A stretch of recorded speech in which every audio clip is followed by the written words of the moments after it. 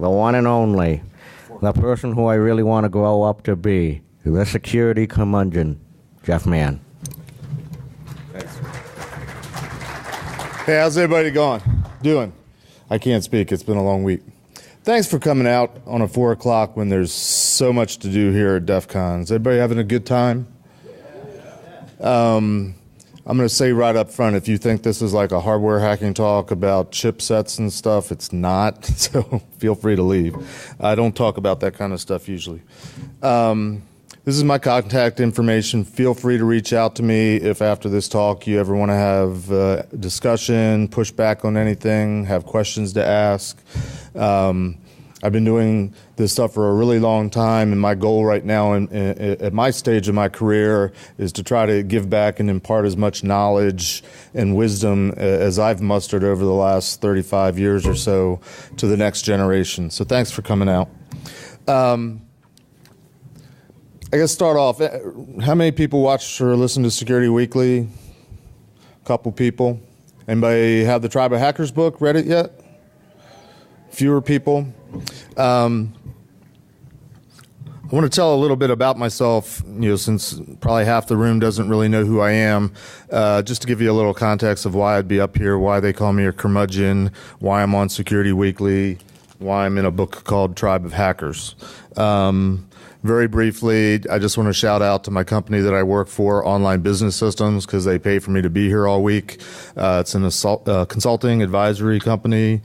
At least our group is. We do a lot of advisory work. That's what I do. We have a pen testing group, security testing group, and we are very much hiring because we are in a growth mode. So if you guys happen to be looking for work, that's as much of a plug I'm giving here today.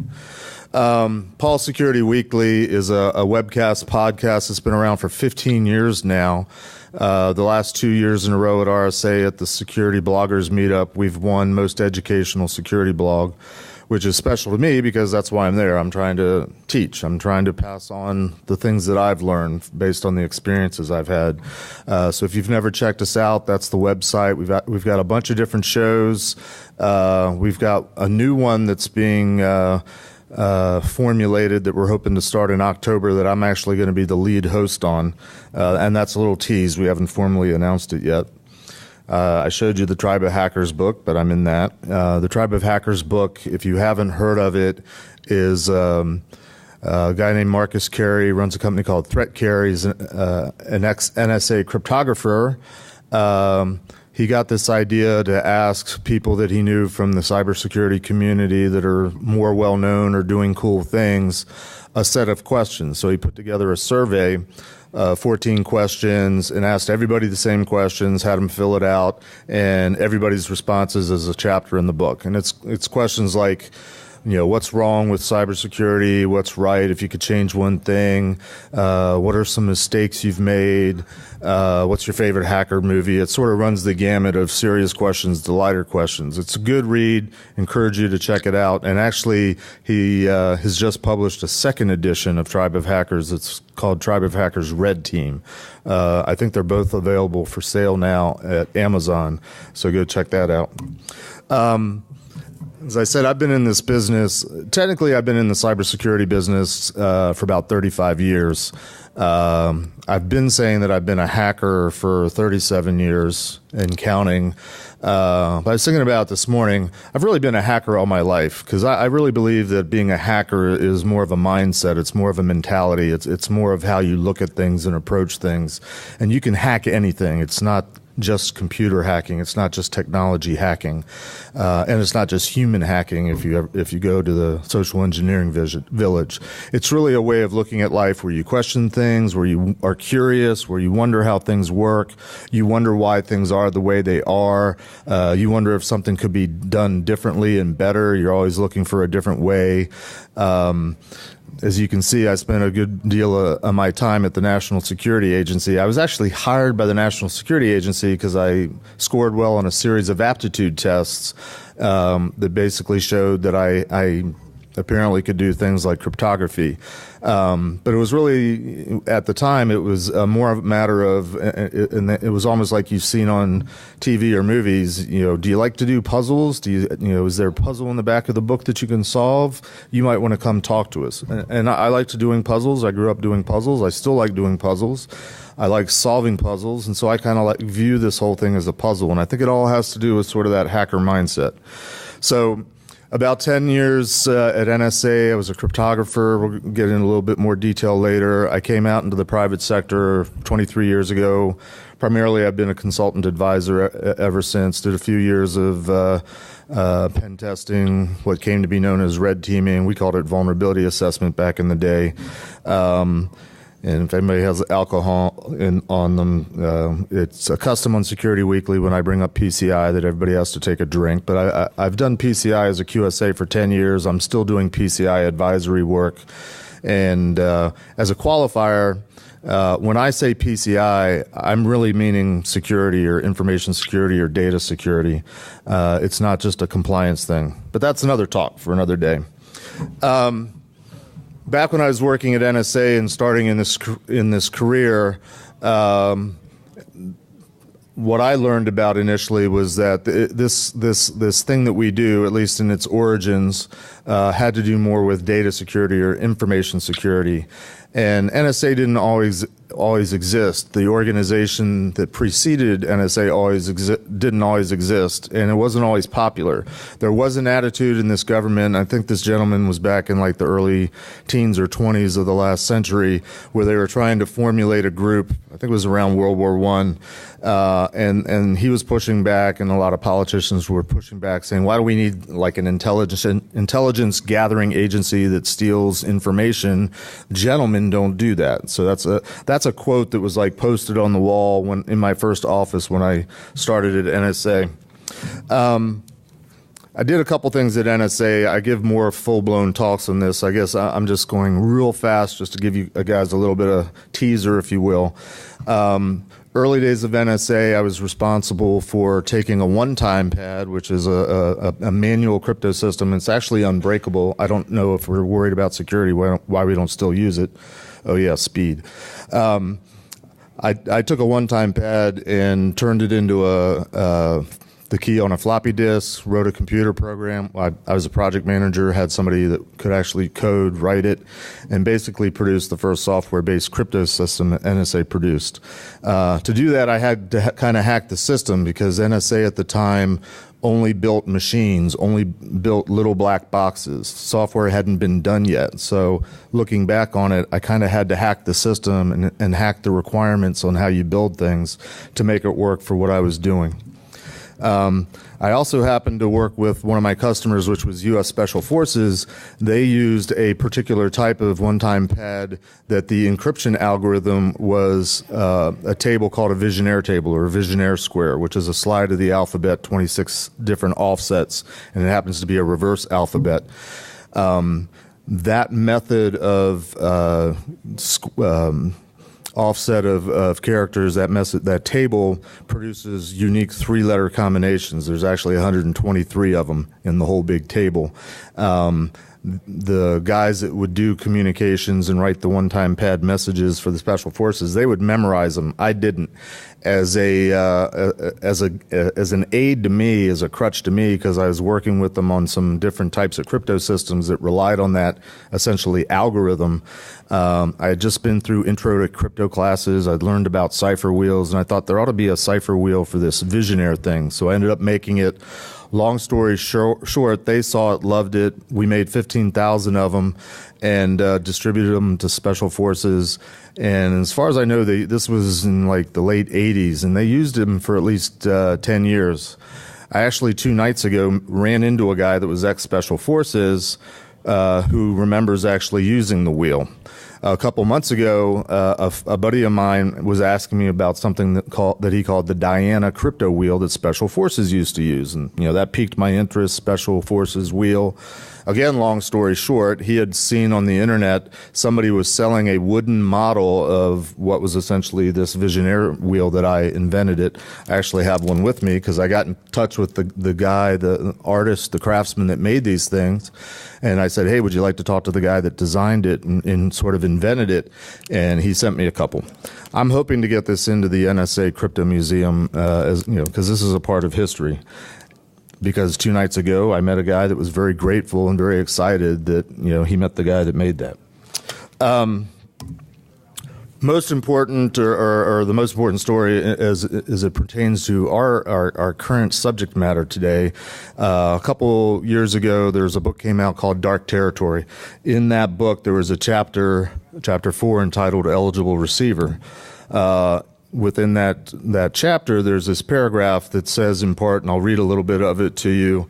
The NSA had a similar group called the Red Team. It was part of the Information Assurance Directorate, blah, blah, blah, blah, blah, blah, blah. During its most sensitive drills, the Red Team worked out of a chamber called the Pit, which was so secret that few people at NSA knew it existed, and even they couldn't enter without first passing through 2 combination locked doors.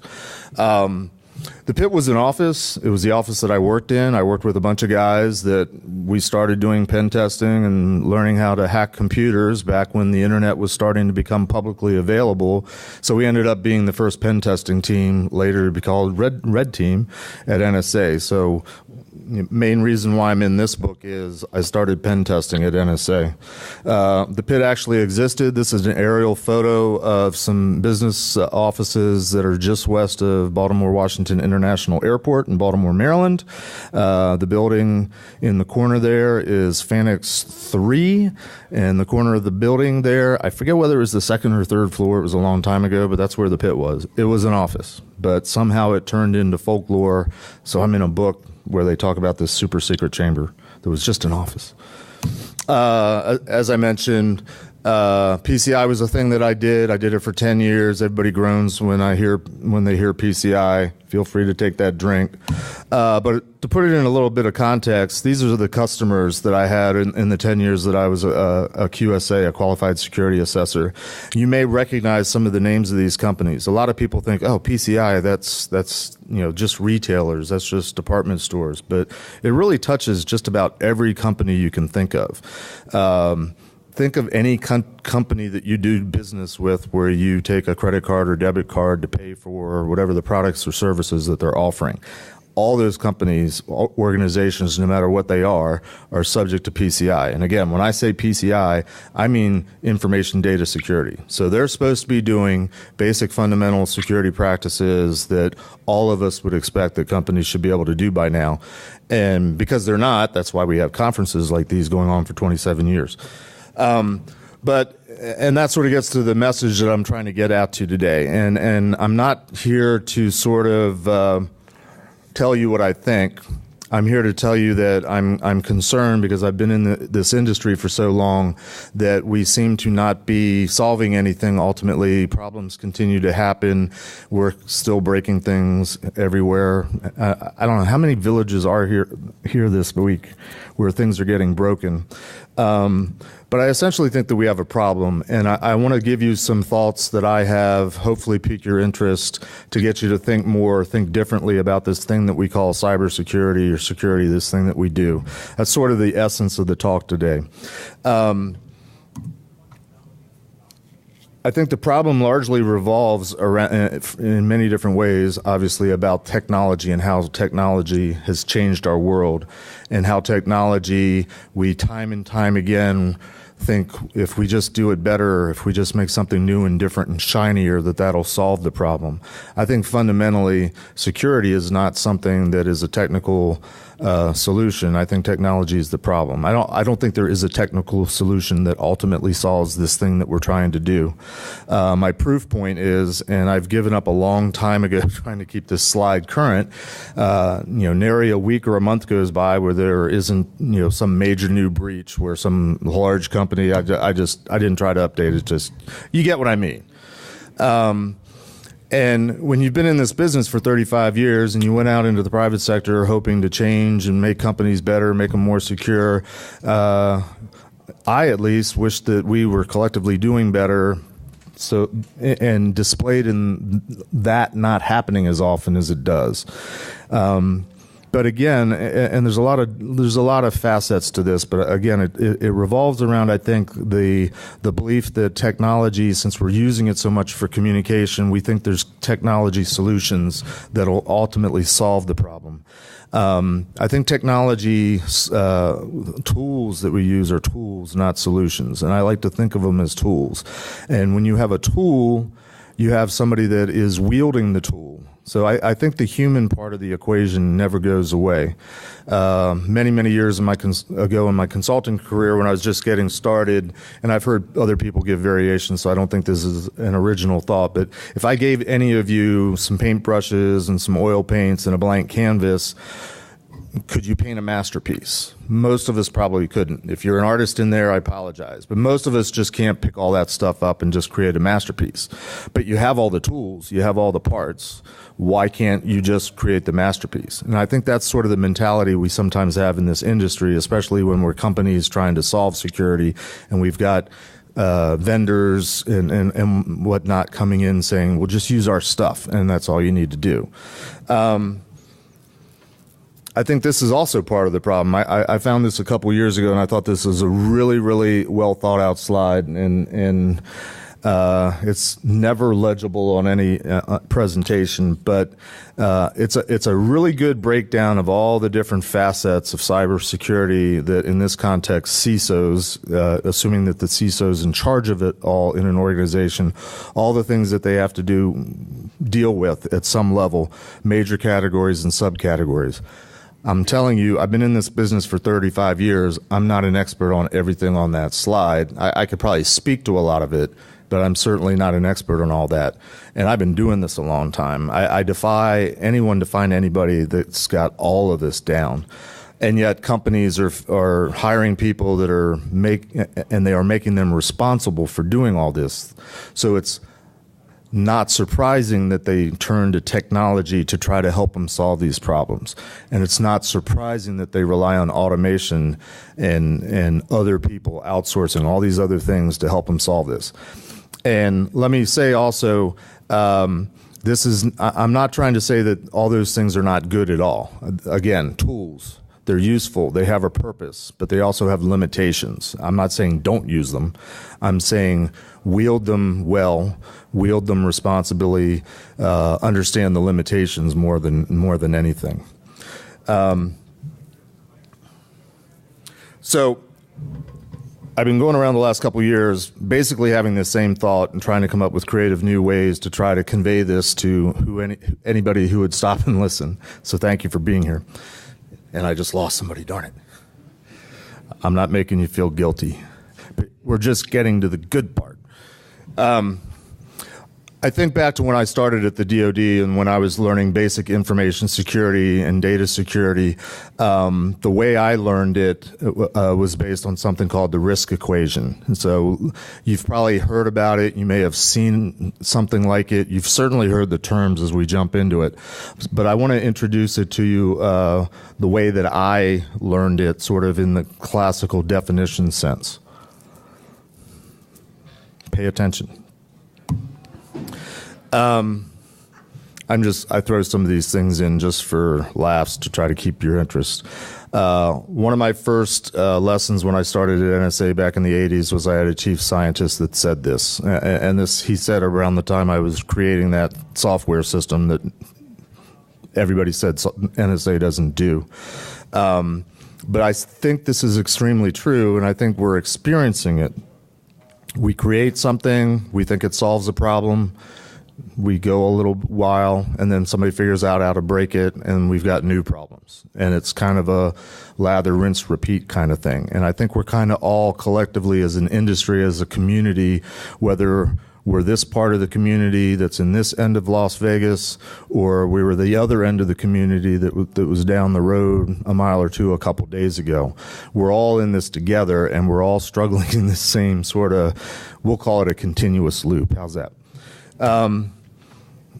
First and foremost, the lesson that I learned, the way I learned security, is that it's all about data. It's all about protecting information. I think too often we get spun up now, and this is a belief, you can accept it or not.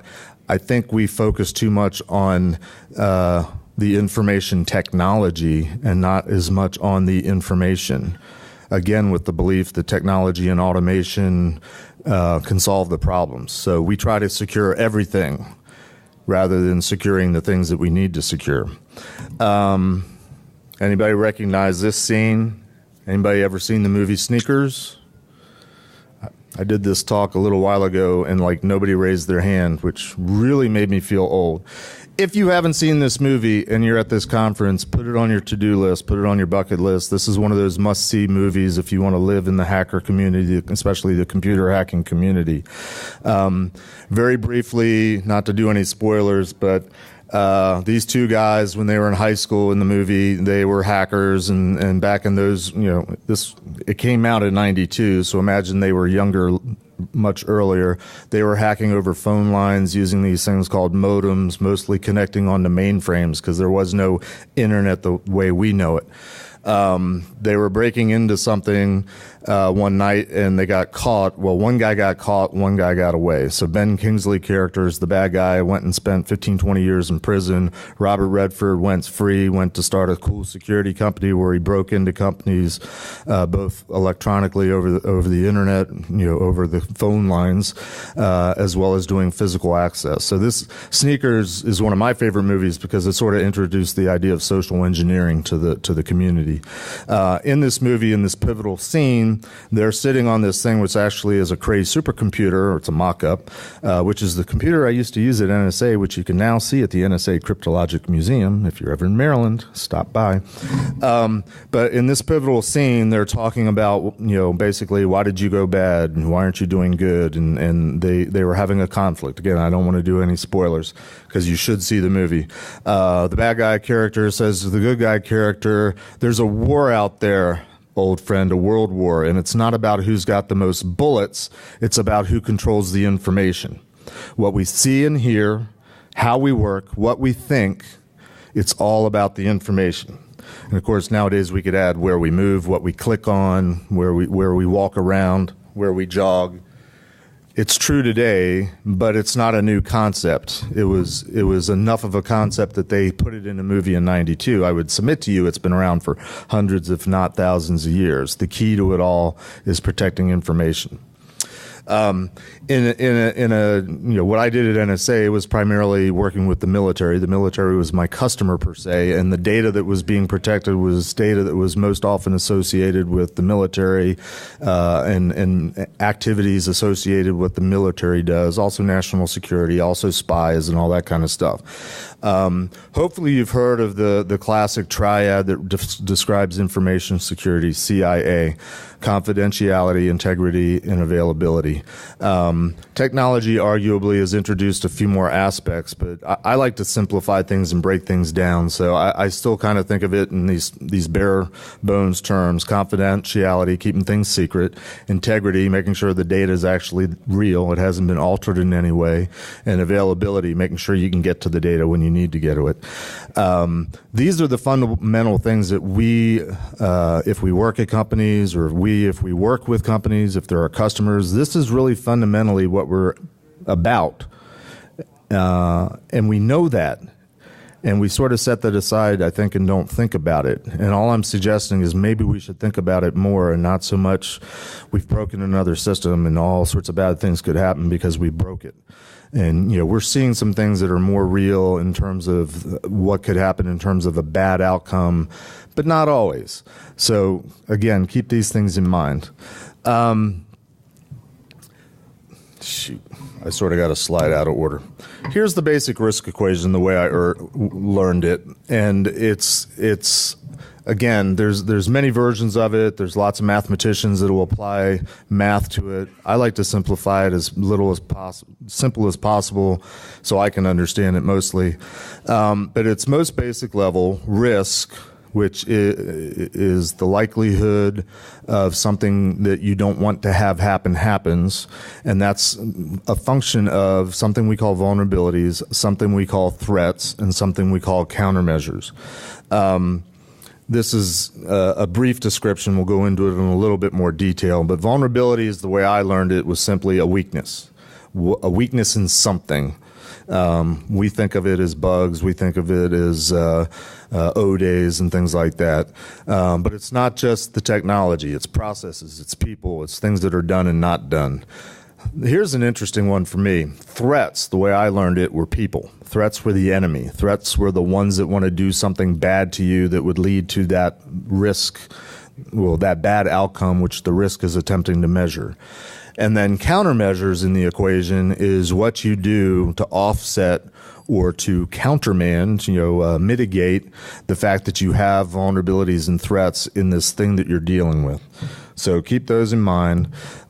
These definitions are actually written down along with a whole lot of terms. I encourage you to go out and find a version of this. You can find it on the internet. It has been republished over the years, and it's changed names because the government likes to reorganize. Information security at NSA became information assurance, and now it doesn't even exist. It's morphed, but they would update the titles and update the terms over time. But I encourage you to go find this. I'm not making this up. The definition of risk out of this book is possibility that a particular threat will adversely impact an information system by exploiting a particular vulnerability. The threat definition: any circumstance or event. I hate to read slides. You can read. I'll give you a minute. I don't usually do that. This is a slide that I put together over 20 years ago when I first came out and I was trying to, work at a company that was trying to get clients. Hey, let us come in and we'll break into your systems and we'll tell you what's wrong and we'll tell you how to protect yourself from the evils of the internet. I don't think this has changed. I mean, we might change slightly the terminology, but these are the fundamental threats that most companies face, at least in the commercial sector. And the motivations are all pretty much the same. Motivations mostly these days are money, but you still have the smattering of it's the nation state and it's espionage and it's trying to steal secrets and all that kind of stuff. But again, this is not new stuff that we're dealing with. It's been around for a while. Vulnerabilities, again, it's a weakness in the systems, and the weakness could be procedural or it could be technical.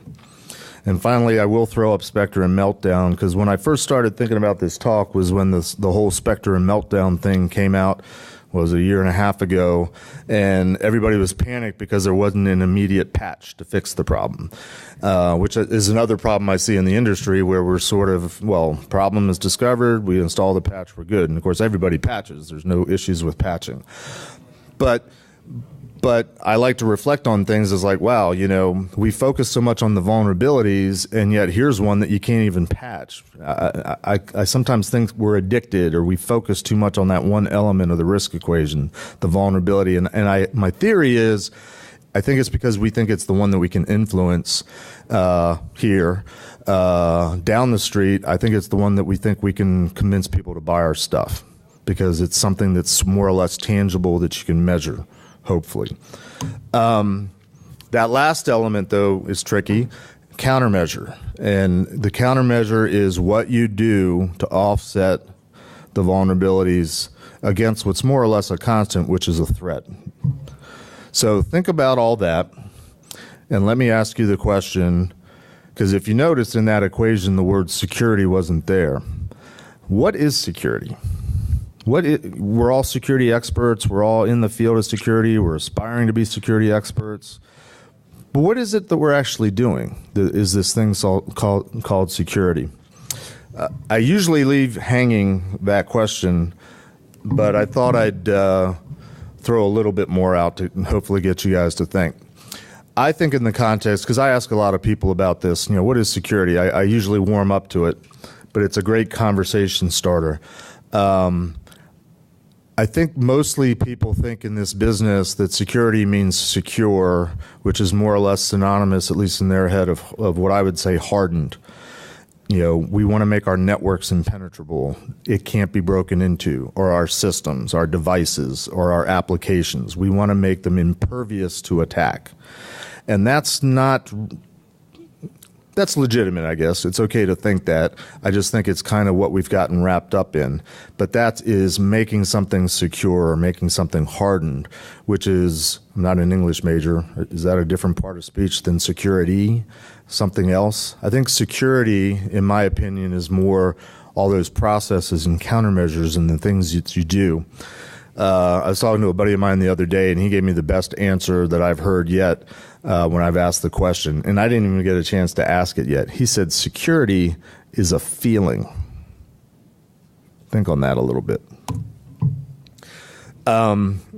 Just again, the data security model, the confidentiality, the integrity, and the availability.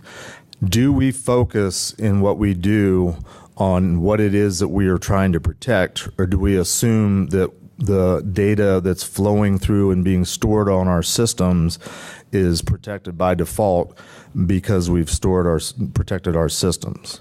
And is that all we should be doing? Is that enough of what we're doing? Or is that the right approach to what we're ultimately doing, which is attempting to secure the information? The risk equation again. Let me add another layer to it. This is the risk equation the way I learned it when I worked for the military. I would submit to you that most of the time the risk that we were trying to reduce or manage or get to an acceptable level was the likelihood that something bad would happen in terms of human life. When our customer was the military or the diplomatic corps, we're ultimately trying to protect human lives, and the lives of citizens of the country, domestically and abroad. Can't say we had unlimited budgets back then, but we certainly understood, and our focus was we need to protect citizens, we need to protect our people. So the risk essentially was some aspect, something to do with human life. Now in the commercial world, most of the time that's not what it is. In the commercial world, you start introducing money. And I would submit to you, in a commercial organization, it's most companies are in it to make money. Most companies are trying to make profit. So there's really only fundamentally two risks that companies face: the ability to earn revenue and how much it costs to conduct the business that allows them to earn revenue.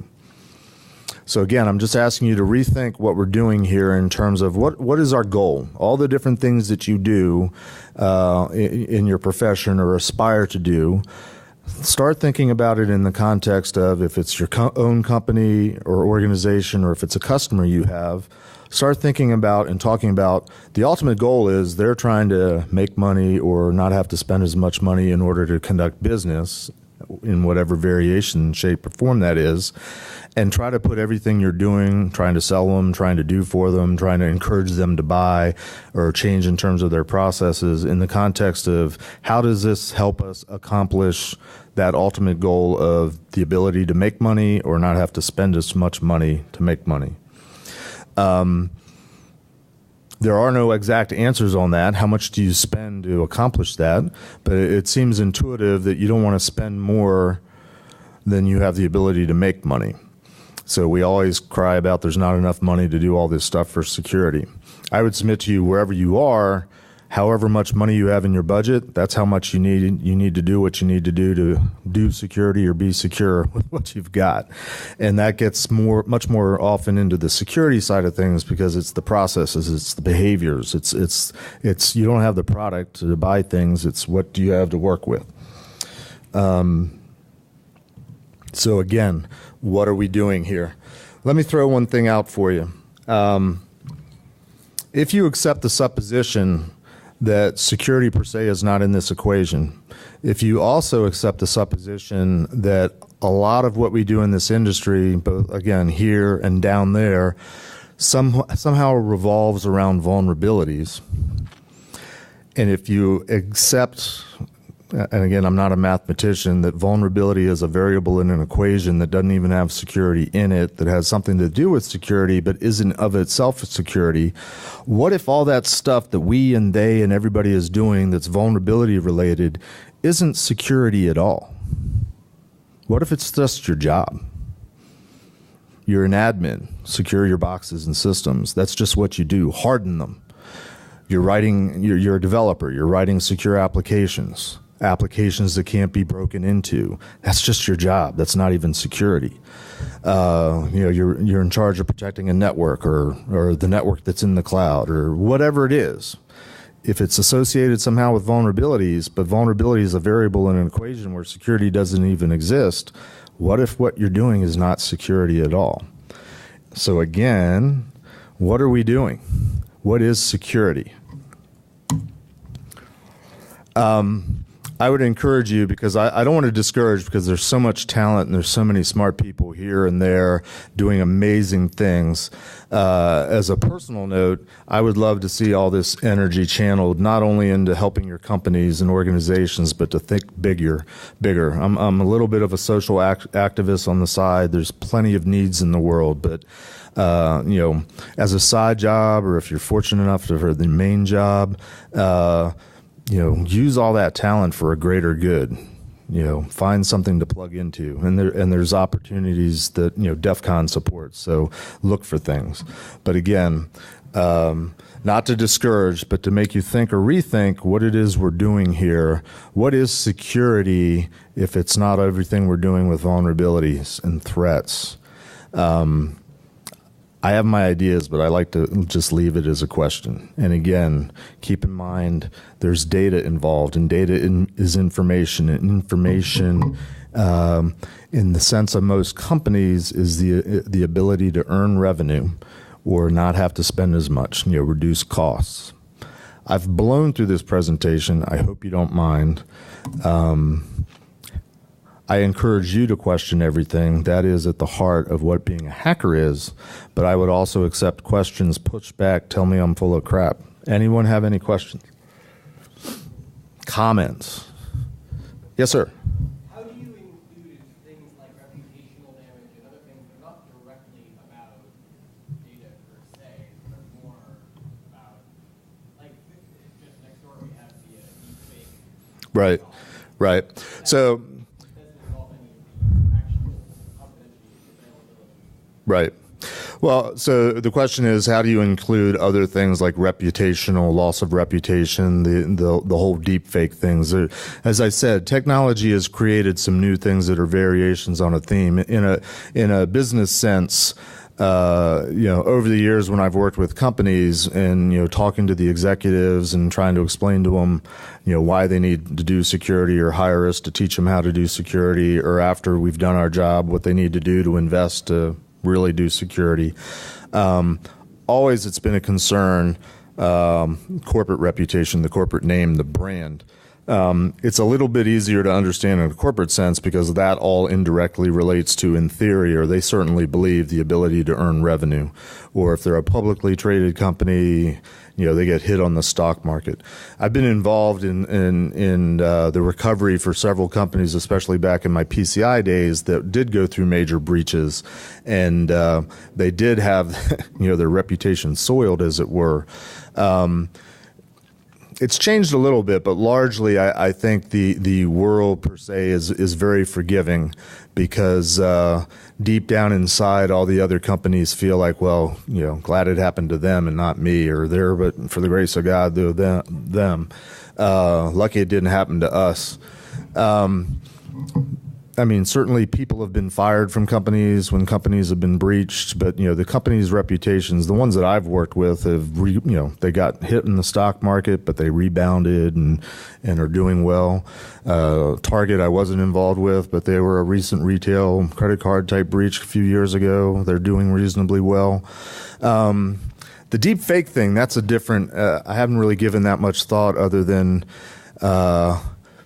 What I've been thinking about is how what we consider data, or sensitive data, or private data, is really, really changing. Because it used to be like name, address, phone number, bank account number, credit card number, and now it's what we look like, and our fingerprints, and how we feel, and how we think, and what we click on, and which way we turn our head, and did we go that way down the street? And it's a crazy new world.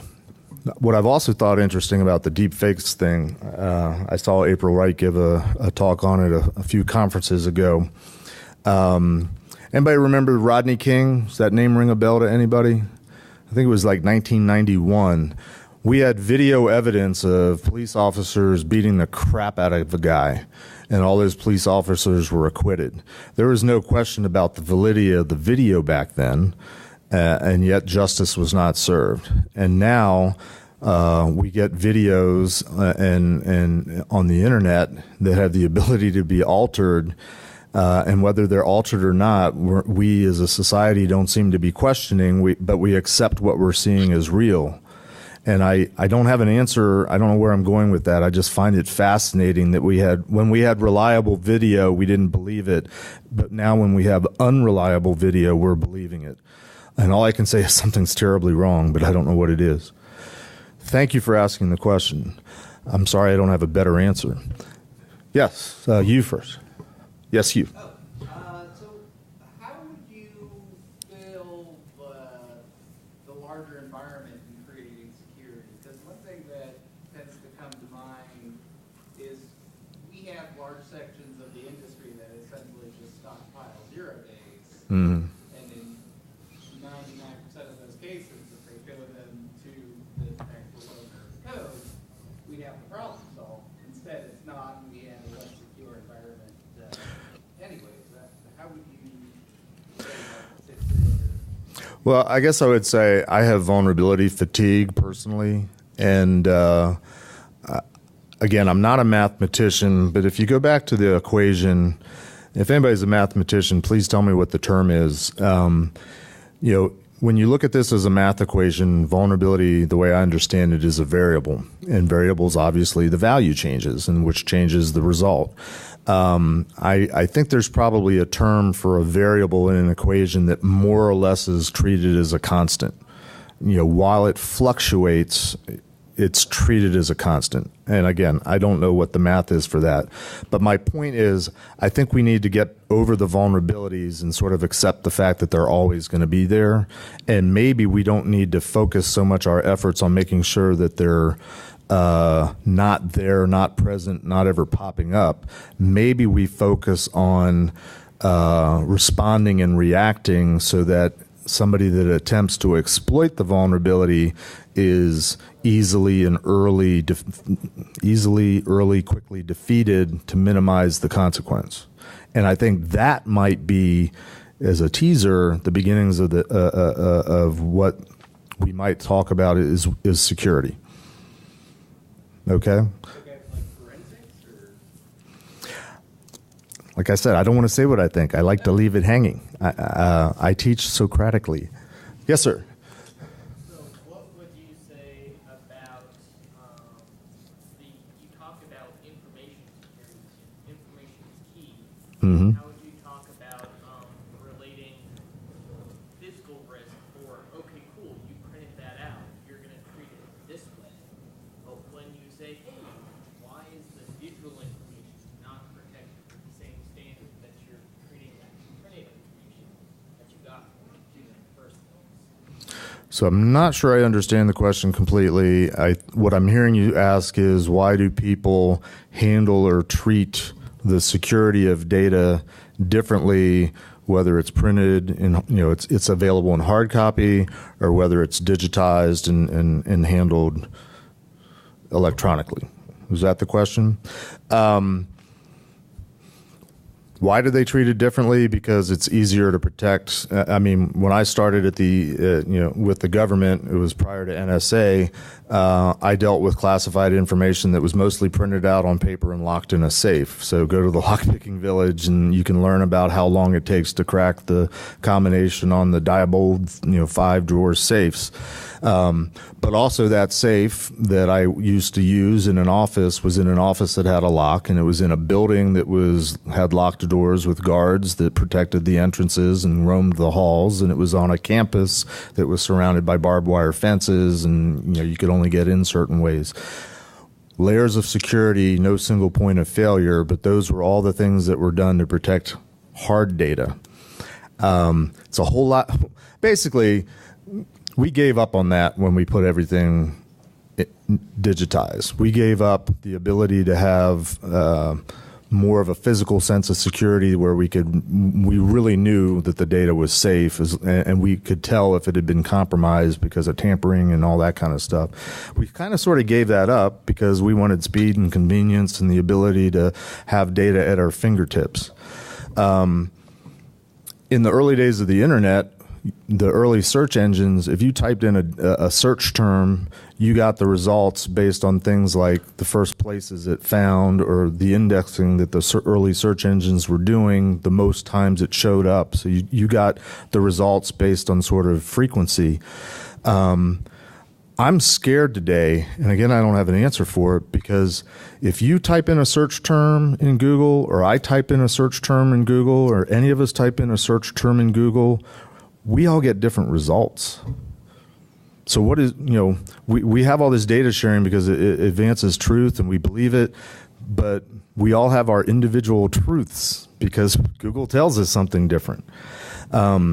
So in a way, we've given up all our sense of, not all, but we've given up a sense to a degree of security of our data because the risk we've perceived is not as bad as the ability to have all that data freely. Is it an existential, theological, philosophical crisis that we're running into? I think so, but maybe that's another topic for another day. How are we doing on time? I can take more questions. Anybody else? Yes, sir. Yeah, so one of the issues I have with this mixed model is that basically because you have an additive between your vulnerabilities and your threats and countermeasures, you could have a vulnerability that has zero threat, and it's always going to show a risk. Well, vulnerability by definition can't have zero threats because there are two different variables in the equation. That's what I'm saying. So if you Yep. drop, because your countermeasures were so high, you drop your threat countermeasure. You have no impact. Exactly. If you have no threat, and that's a zero in the equation. I used to try to figure this out back when I was learning this, whether it was additive or multiplicative. I landed on addition and subtraction to simplify it, but also people intuitively understand if one of the elements, well, it has to be multiplicative for zero to give the result being zero. Otherwise, if it's additive, you're just lowering the number. And I don't want to go overboard on the math, but as far as I went with it back in the day, I was trying to figure out a way to, display it. And all I got was, if a zero is in the numerator, the result's zero. But if the zero is in the denominator, the result is undefined. And I always wanted to play with that somehow, but I never could because I'm not a mathematician. So what you disagree with is what? Well, so I think based on it being an additive like this, you're always going to have people focusing on the vulnerabilities because they're going to say, I have to get those vulnerabilities down to zero, it's going to cost me all my money. Do you agree or disagree that this industry spends a lot of time on vulnerabilities? I do, and I think that is why. I think people Gotcha. Yes. I think we're in agreement. The belief that the biggest influence on the risk is driving down that vulnerability number. Would you agree? Okay, great. Any other questions, comments, pushbacks? Yes, ma'am.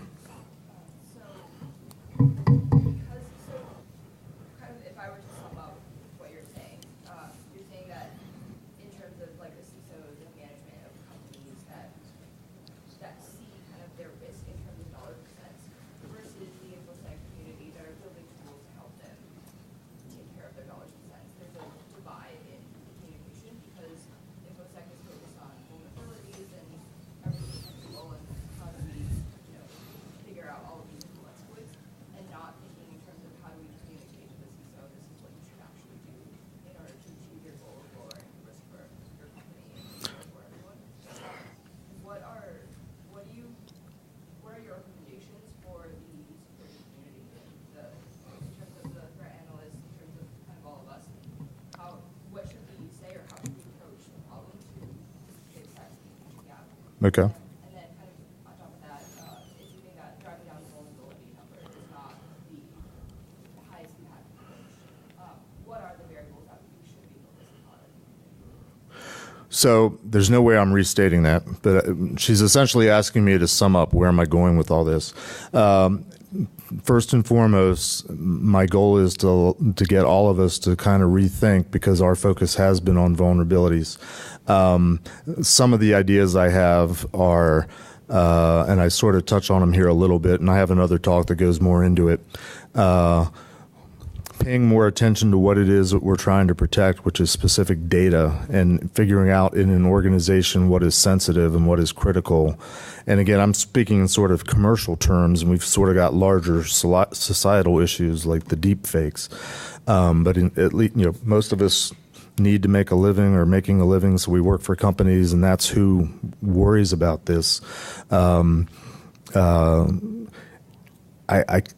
We in the INFOSEC hacker community, we want to secure everything. I mean, you see that slogan all over the place. And I kind of feel like we need to get over it, because as a practical matter, nobody can afford it.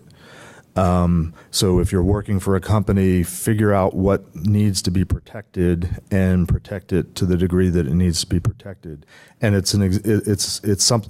the way that was done in the military, when I learned, we had things like confidential information, secret information, top secret information. We had information that was valued differently in terms of its sort of life expectancy, how long we needed to keep it safe, and how critical it was if the information was revealed.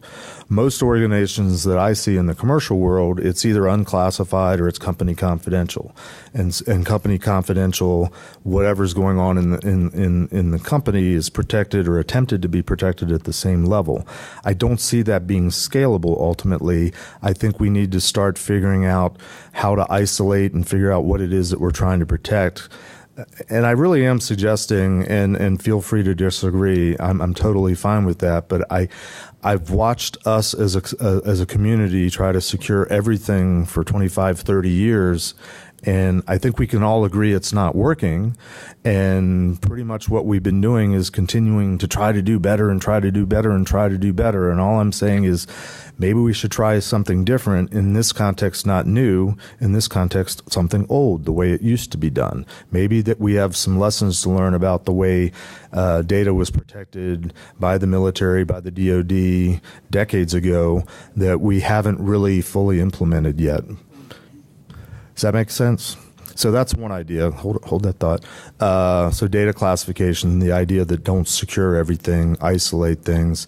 I think education and just sort of understanding how things work in terms of business flow, data flow, because it's not always just the information. It's not always just the data. It's how it's working through the network and working through your business and who touches it and stuff like that. And I'm not trying to give answers. I'm trying to ask questions and get people to think and think differently. And I'm hoping brilliant, bright people that so many of us are will take that and it'll spark something. Yeah, why don't we try it this way? So I'm not here with answers. I'm just here with questions. The older I get, the more questions I have. Yes, sir. One more time. Comment that you brought about for the classification at the federal government level. Mm-hmm. Point out that is based entirely on confidentiality. So if anybody doesn't want to influence that, you have to bring in yourself the integrity and availability of that. Yeah, you raise a good point. Most of what we do in this industry, or again, both sides of the street, revolve around confidentiality, keeping things secret. Yes, we worry about integrity a little bit. Yes, we worry about availability. But just like vulnerabilities seem to be the majority thing we worry about, confidentiality seems to be the majority thing we worry about. I'm kind of at time. If you want to talk to me, I can hang out a little bit. I very much appreciate your time. I very appreciate you coming early for the next guy, because I know he's who you're really here to see. Again, question everything. And again, if you want to keep in touch with me, Mr. Jeff Mann on Twitter. It's my email address. Look for me on Security Weekly. Live long and prosper.